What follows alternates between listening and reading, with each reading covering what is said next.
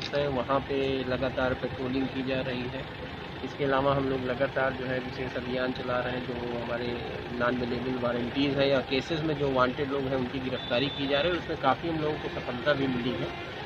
और अभी आज जो है नामांकन के समय ये पाया गया कि कुछ लोगों द्वारा जो अनुमति दी गई उससे अधिक संख्या में वाहन लाए गए थे।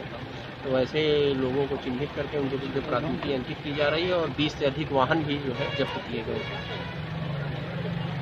तो इसमें किस पर कोई कार्रवाई भी हुई? नहीं, FIR हम लोग चिन्हित कर रहे हैं और जो निर्धारित संख्या से जिन लोगों ने अधिक वाहन लाए थे उनके खिलाफ कार्रवाई की जा रही है।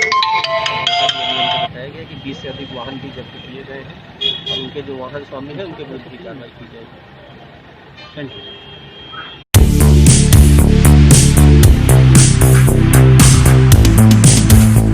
अस्मा फर्नीचर, सरघाटी, नई बाजार, निकट चंद्रकांता होटल। ब्रांडेड कंपनी के फर्नीचर विक्रेता Zuari, Carlon, space wood, smart wood, carat wood यहाँ उपलब्ध है। सहारनपुर के शीशम और सागवान से बने फर्नीचर की शुद्धता की पूरी गारंटी है। सारे सामान उचित मूल्य पर उपलब्ध है। आइए एक बार सेवा का मौका के लिए अवश्य पधारें। अस्मा फर्नीचर, सरघाटी, नई बाजार, निकट चंद्रकांता होटल।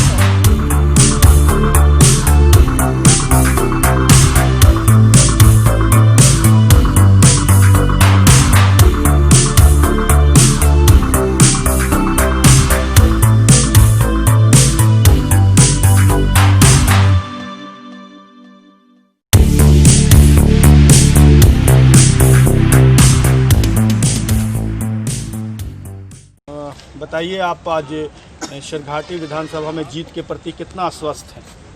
देखिए, जिस तरह से जनता हमारे कामों से खुश है, मैं समझता हूं कि तमाम लोगों से मैं बहुत अच्छी स्थिति में रहूंगा।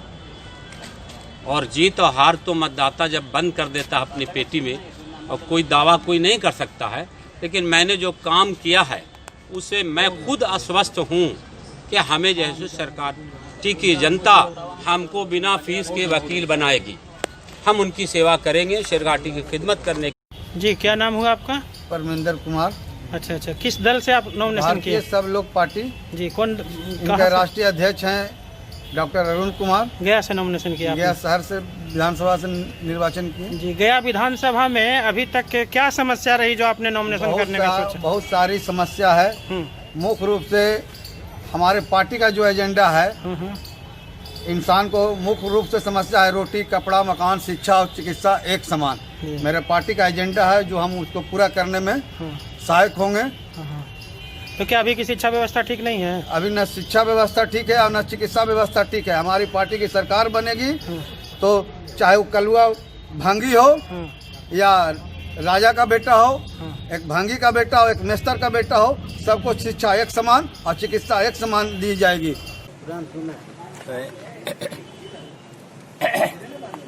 मैं आज नामांकन किया हूं लोक जनशक्ति पार्टी के उम्मीदवार के रूप में, और मैं सरघाटी का उम्मीदवार इसलिए बना हूं और पार्टी हमको इसलिए उम्मीदवार बनाई है कि सरघाटी का विकास विगत 30 वर्षों से नहीं हुआ था।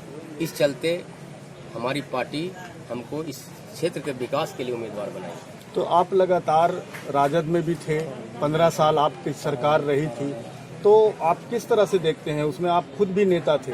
15 साल नहीं, 30 साल का हम बात कर रहे हैं। 30 साल में सरघाटी को जिला नहीं बनाया, चाहे वो सरकार हो चाहे ये सरकार हो। कहाँ सरघाटी का विकास हुआ है? अब आपको क्या लगता है? बिल्कुल, हमारी पार्टी की सरकार बिहार में बनेगी तो निश्चित रूप से सरघाटी को हम लोग जिला बनाएंगे और सरघाटी का विकास। आप राष्ट्रीय जनता दल ज्वाइन किया था, सुनने में आ रहा है कि आपने पार्टी छोड़ दिया, क्यों पार्टी छोड़ा? एनडीए से विचारधारा के थोड़ा साथी था, जो सही हुआ। उस विचारधारा से संतुष्ट नहीं थे। अगला ने वादा किया कि जैसे है वैसे चलेंगे, सुधार करेंगे। कौन सुधार करने के लिए बोले? हमारा सरघाटी विधानसभा क्षेत्र के उम्मीदवार श्री विनोद प्रसाद यादव जी। क्या बोले थे? कि जो कमी है उसको सही करेंगे, सुधार करेंगे। कमी और गलती हर इंसान से होता है। जो उनका मानता है कि उन्होंने माना इस बात को। रह गया जहां हम गए तो जब आरजेडी के पुराने साथी आरजेडी से जब हट गए तो हम कहाँ रहेंगे। जिसके सहारे गए वही तो हट गए। सब अपने अपना विचार को बदल दिया। सभी ने झंडा कोई उतार दिया, कोई कहीं और पार्टी को समर्थन कर रहा है, किसी और पार्टी को कर रहा है। तो हम किसके सहारे रहेंगे? कहाँ रहेंगे? तो अपना पुराना घर में आया, एनडीए पे चले गया। हाँ, और राष्ट्रीय जनता ने छोड़ दिया। कोई रहे ही नहीं तो कहाँ जाएंगे। मेरा नाम मृत्युंजय कुमार सिंह है और मैं बजीरगंज विधानसभा से अपना परिचय रखता हूं और उसी विधानसभा में मेरा घर है। मेरे पिताजी श्री रामबरन सिंह हुए और मैं शिवसेना से उम्मीदवार बजीरगंज विधानसभा 234 से अपना नामांकन जारी किया हूं। शिवसेना मतलब महाराष्ट्र शिवसेना? जी जी हाँ जी। तो बिहार वासियों का सम्मान रखेंगे आप? जी, ये तो सोचने की बात है कि हमारे जो सरकार थे वो भी बिहार के ही रहने वाले हैं। जी जी। लेकिन कुछ लोगों को, जो हमारे सरकार कुछ असामाजिक तत्वों को, कुछ हमारे प्रशासनिक विभाग को जो मिसयूज करके, किसी को गलत गाइडलाइन करके, जो कि एक बड़े बड़े ऊंचे पोस्ट पे हो करके भी और किसी पॉलिटिकल आदमी को सपोर्ट करते हैं और अपने कुछ टिकट के लिए दौड़े हुए चल रहे हैं। इस बात को आम जनता समझती है, बिहार के सारे युवा समझते हैं और इसका निश्चित है कि परिणाम नीतीश कुमार को, और जो इस पद पे होकर के जो किसी पॉलिटिकल आदमी के बहकावे में आकर के जो गलत मिसयूज होते हैं, गलत रास्ते पे चलते हैं, इसका परिणाम सरकार को और वैसे अधिभ्रष्ट अधिकारी को भी निश्चित भुगतना पड़ेगा।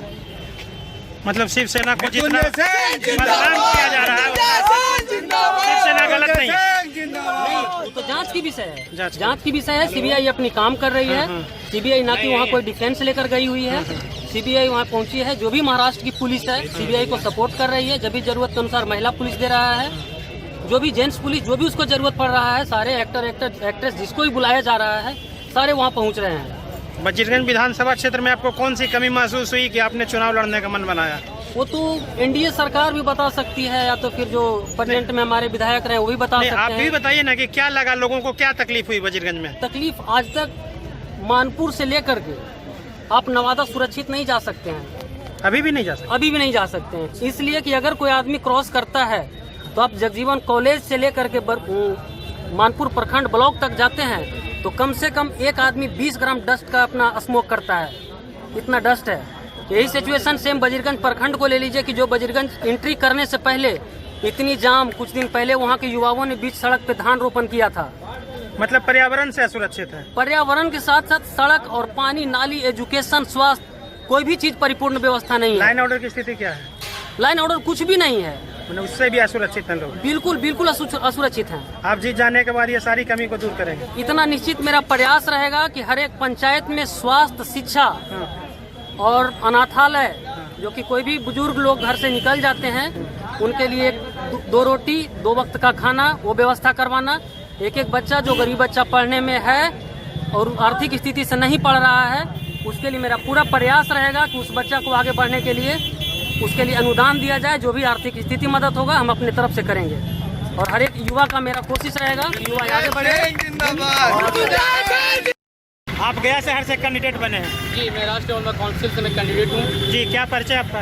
मेरा नाम मोहम्मद परवेज आलम। कहाँ रहते हैं? मैं गया शामी तकिया मोहल्ले से। किस दल से नॉमिनेशन किया आपने? राष्ट्रीय ओलमा काउंसिल। अच्छा, क्या समस्या है शहर की? शहर की समस्या जनता से या फिर आप मीडिया कर्मी से छुपी नहीं है। गंदगी हो, चिकित्सा हो, चाहे शिक्षा हो, मैं उस पर पुरजोर तरीके से इस पर काम करूँगा और सच्ची निष्ठा से इस पर मैं अमल करूँगा। कई लोग आते हैं, विधायक बन जाते हैं, शहर की समस्या वहीं के वहीं रहती है, आप पर लोग कैसे विश्वास करेंगे? जी, असल में वो आवाम का ही भरोसा है जो आज हम विधानसभा इलेक्शन के लिए यहाँ आज नामांकन भरे हैं। ये मेरी ख्वाहिश नहीं थी, ये जनता की ख्वाहिश थी जो आज मैं नामांकन भरा हूँ। जनता के विश्वास से आपने नामांकन भरा? हाँ बिल्कुल। जी जी। आपको उम्मीद है कि पूरे आवाम का आपको सहयोग मिल जाएगा? बिल्कुल, क्योंकि ये हमारा घर है, हमारा शहर है और ये काफ़ी वर्षों से ये पिछड़ा शहर है जो इस शहर से पलायन कर रहे हैं दूसरे शहरों में। जो ये हमारा जो गवर्नमेंट है, ये शर्मसार की बात। तो दूसरे जिलों में जाकर ये शर्म आने की बात है कि यहाँ से पलायन करते हैं लोग बेरोजगार के सिलसिले से। आपकी प्रतिद्वंद्विता बिहार सरकार के कृषि मंत्री से होनी है। कोई मुश्किल नहीं है, कृषि मंत्री हो चाहे हमारा क़यादत करने वाले कृषि मंत्री ही का ये देन है और ये नगर निगम का देन है जो आज गया जी का नाम बदनाम हो रहा है दूसरे शहरों में भी। शहर की गंदगी में कुछ हद तक दोषी नगर निगम भी है, उसके बारे में आप क्या कहेंगे? उसका बारे दोषी यही है कि आवाम उसको सबक सिखाएगी इस विधानसभा में 2020 की विधानसभा जी। और नगर निगम के जो डिप्टी मेयर है वो भी प्रतिद्वंदिता में आपके साथ शामिल होंगे? वो देखिए मामला इससे पहले जब वो नगर में कामयाब नहीं हो सके तो ये हमारे विधानसभा में भी उसको आवाम सबक सिखाने का काम करेगा।